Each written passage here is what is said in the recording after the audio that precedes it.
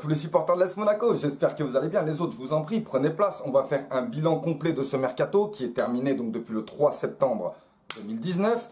Et j'ai pas pi vous le faire hier à cause de Julien Cazard. C'est pas moi, c'est lui qui a commencé à ouvrir sa bouche de bon matin. Je me suis dit, je peux pas laisser les choses comme ça. Donc je m'en suis occupé. Et ne vous inquiétez pas, j'ai bien vu les autres à côté en train de rigoler, là, les Dugas, là, l'autre Chauvas et tout ça, là. Mais vous êtes sur une fine pellicule de glace, mes chers petits messieurs. Et je serai en dessous quand elle cédera. Donc quand certaines personnes très incompétentes au niveau du football, même que ce soit quand ils étaient joueurs ou quand ils étaient... ils sont nuls et ils se permettent de mal parler sur l'AS Monaco. Nous, on est respectés par...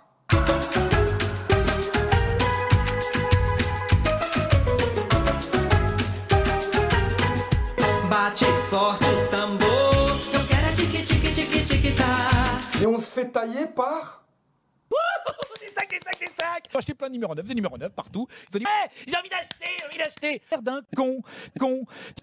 Donc au bout d'un moment, faut pas déconner. Je veux dire, voilà, remettons les pendules à l'heure. Julien Cazard va apprendre à travailler. Et pour le reste, ne vous inquiétez pas, je vais m'occuper de vous. Sur ce, le mercato. Donc le mercato, moi... Je vais vous donner mon avis global sur ce mercato, même si c'est vrai qu'il y a eu beaucoup de temps d'attente, beaucoup de temps où il ne se passait rien, où on était en attente. Mais voilà, tout ça, ça a fait monter un petit peu on va dire la tension. Mais quand on regarde globalement, lorsque le mercato est fini, je trouve qu'il est de très bonne facture. Parce qu'on a ramené de très bons joueurs, on a ramené des vrais joueurs de football. On n'a pas ramené des joueurs qui se prennent un coup d'épaule, ils partent dans la tribune. On se souvient de Biancone, on se souvient de Diop, on se souvient de Massengo. C'était de très bons jeunes joueurs, mais ils ne pouvaient pas tenir la baraque face à de gros joueurs de Ligue 1 que peuvent avoir les autres clubs. Donc voilà, aujourd'hui, je sais que tout ça, c'est fini. Aujourd'hui, on a des joueurs, c'est des guerriers dans le mental. C'est pas des mecs qui sortent en boîte, c'est pas des mecs qui font n'importe quoi. C'est des mecs qui sont là, la plupart, pour aider le club. Quand on voit Wissam Ben Yedder qui arrive parce qu'il est supporter de l'AS Monaco, on voit Tiemoué Bakayoko qui revient pour aider l'AS Monaco. De toute façon, il est à la maison, on le sait. D'ailleurs, j'aimerais revenir sur ce qui s'était passé lorsqu'il avait quitté l'AS Monaco un peu bizarrement. C'est vrai que personne n'avait trop compris, lui non plus apparemment. Mais voilà, si tout ça peut être mis de côté, de toute façon, Vadim n'est plus là. Aujourd'hui, c'est Petrov. Petrov lui a redonné confiance et j'espère que Tiemoué Bakayoko va nous faire un excellent travail parce que c'est un peu, voilà, c'est un cadre qui revient, un cadre de notre grande épopée 2016. Donc...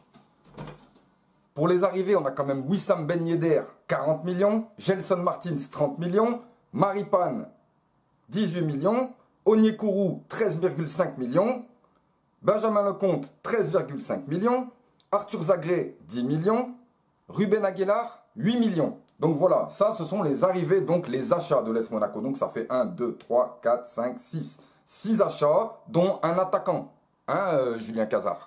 Passons aux prêts. Les prêts, on s'est fait prêter Jean-Kevin Augustin, Tiemoué Bakayoko, Adrien Silva et Islam Slimani. Tiens, un deuxième attaquant en prêt. Pour les départs, on va parler des plus gros départs. Il s'agit de Youri Tillmans, Ronny Lopez. Personnellement, ça me fait plaisir parce que franchement, j'en pouvais plus de Ronny Lopez. Trop maladroit. Hannibal Mejbri qui a été... Enfin voilà, c'est un petit con et franchement que je lui souhaite pas les croiser, mais presque.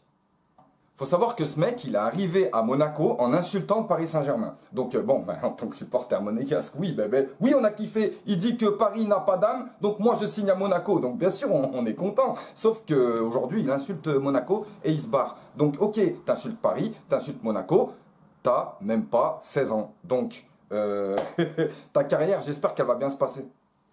Anno Amasengo, une sacrée perte. C'était vraiment un jeune que je voulais voir évoluer avec nous. Malheureusement...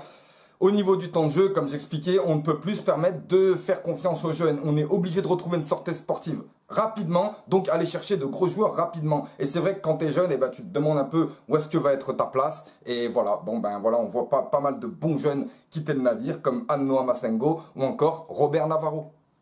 Donc tout ça se conclut par 62 mouvements, oui, 62 mouvements, donc 7 joueurs achetés, 4 joueurs prêtés, 5 joueurs achetés pour l'équipe réserve, 11 joueurs vendus, 11 joueurs libérés, 5 joueurs en fin de contrat et 19 joueurs prêtés. Donc pour moi, l'objectif de dégraisser l'effectif, pour moi, c'est nickel. Tout ça, on a bien dégraissé, il n'y a pas de souci là-dessus. On a également bien recruté au poste clé. Certains demanderaient peut-être encore un défenseur central, mais on en a des défenseurs centrales, on est obligé de composer avec. parce qu'ils sont invendables. Et pour le moment, voilà. Devant, on va avoir Tiémoué Bakayoko, enfin du moins devant la défense, on va avoir Tiémoué Bakayoko. Sachez quand même que Jemerson n'a jamais été aussi fort qu'avec Tiémoué Bakayoko devant. Donc voilà, on s'attend vraiment à quelque chose de... une euphorie de 2016 qui revient ou quelque chose, je sais pas, mais on va essayer en tout cas. Donc pour ceux qui pensent que Monaco a eu une folie acheteuse de vouloir acheter tout ce qui s'achète, eh ben non, faux, parce que rappelez-vous, dès le départ, on a quand même refusé plusieurs joueurs. Il y a des joueurs qui venaient, qui voulaient tant, qui voulaient jouer comme ça, qui voulaient ce poste-là. On leur a dit, tu fermes bien comme il faut ta bouche et tu dégages dans ton club. Qu'est-ce que tu me racontes, toi? Donc voilà, hors de question que tu viens, tu commences à faire la loi. Ici, c'est pas Manchester City. Tu viens, tu adhères au club. Si ça va pas, si tu commences à nous parler avec tes agents et tes machins, tu commences à casser la tête, tu dégages. Donc, plusieurs joueurs comme Kamano, voilà, on va pas revenir sur ces joueurs-là, mais c'était prudent de la part d'Oleg Petrov de les virer. Donc, à partir du moment où quelqu'un est prudent, on peut pas dire qu'il fait n'importe quoi à acheter un peu tout le monde. Donc, tous ces joueurs-là qui sont arrivés, pour moi, ils ont été choisis selon beaucoup de critères.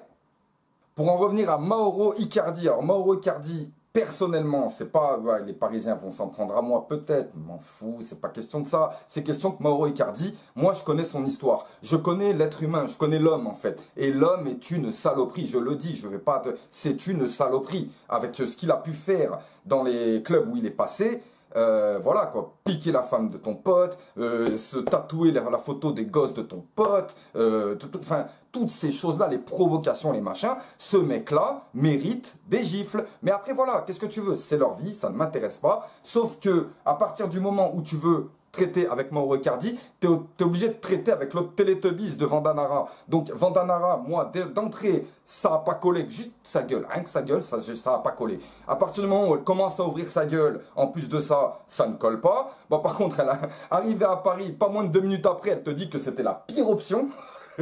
Ça veut dire que même nous, Monaco, n'était pas la pire option. Ta gueule, c'est bon toi. Donc, non, Danara, tu te permets d'arriver à Paris et commencer à te parler comme ça du club du PSG. Ça se fait pas, ça se fait pas. Tu vas pas faire long feu là-bas, moi je te le dis. Alors, bien sûr, vu que tous les Parisiens lui sont tombés dessus, elle a dit non, c'est pas vrai, c'est pas ça que j'ai voulu dire. Alors, juste après, elle a fait une autre déclaration, comme quoi il y avait d'autres clubs, effectivement, mais Mauro Icardi a besoin de jouer devant des supporters. C'est pour qui ça? C'est pour qui? Donc vous avez bien compris, je ne voulais pas de la gueule de Mauro Icardi et son Teletubbies qui restent là où ils sont. Enfin du moins les Parisiens ont très bien fait de faire un prêt parce que de toute façon à mon avis il ne signera pas à Paris s'il commence à faire ces conneries là pendant l'année. En tout cas je souhaite quand même à féliciter le mercato parisien qui a été excellent. J'ai beaucoup aimé comment vous avez roulé un peu tout le monde dans la farine, là, tous ces gros clubs pourris, de leur dire hein, tu veux Neymar, tu veux Neymar, hop, disparu Neymar, ouais, dans ton fion. Et après, Keylor Navas, Sarabia, enfin franchement, excellent mercato de la part du Paris Saint-Germain. Moi j'avais peur que vous vendiez Neymar, alors qu'il ne mérite pas d'être vendu. Bref, ce mercato monégasque, il est fini. Maintenant, on a une équipe complète. On a des défenseurs centraux, on a des 6, on a des milieux de terrain, on a des ailiers, on a des attaquants. Du moins, on n'a que 3 attaquants pour un schéma en 4-4-2. Pour Julien Cazard, on a trop d'attaquants, mais on part sur un 4-4-2, donc on n'en a que 3 si tu comptes Slimani, Ben Yedder et Jean-Kévin Augustin. Mais le souci, c'est que on a aussi Pellegrini, Jovetic et Jebels, à un point dont on oublie leur nom, tellement ça fait des années qu'on les a pas vus, les mecs. Mais ces mecs-là, on ne comptera pas sur eux. On ne comptera pas sur eux. S'ils arrivent, c'est bonus, voilà. S'ils n'arrivent pas, Slimani, Ben Yedder et Augustin. Si vous avez des suggestions ou des questions, posez-les en commentaire, hein, parce qu'après, bon, moi je pense que c'est un bon mercato, mais je vois encore des gens en train de se plaindre du mercato. Dites-moi où est-ce que ça pêche pour vous, où est-ce que ça va pas, de ce qu'on a besoin. Dites-moi, il n'y a pas de souci, et puis on essaiera de faire une vidéo pour en discuter. Voilà les amis, je vous dis à très vite. Hein.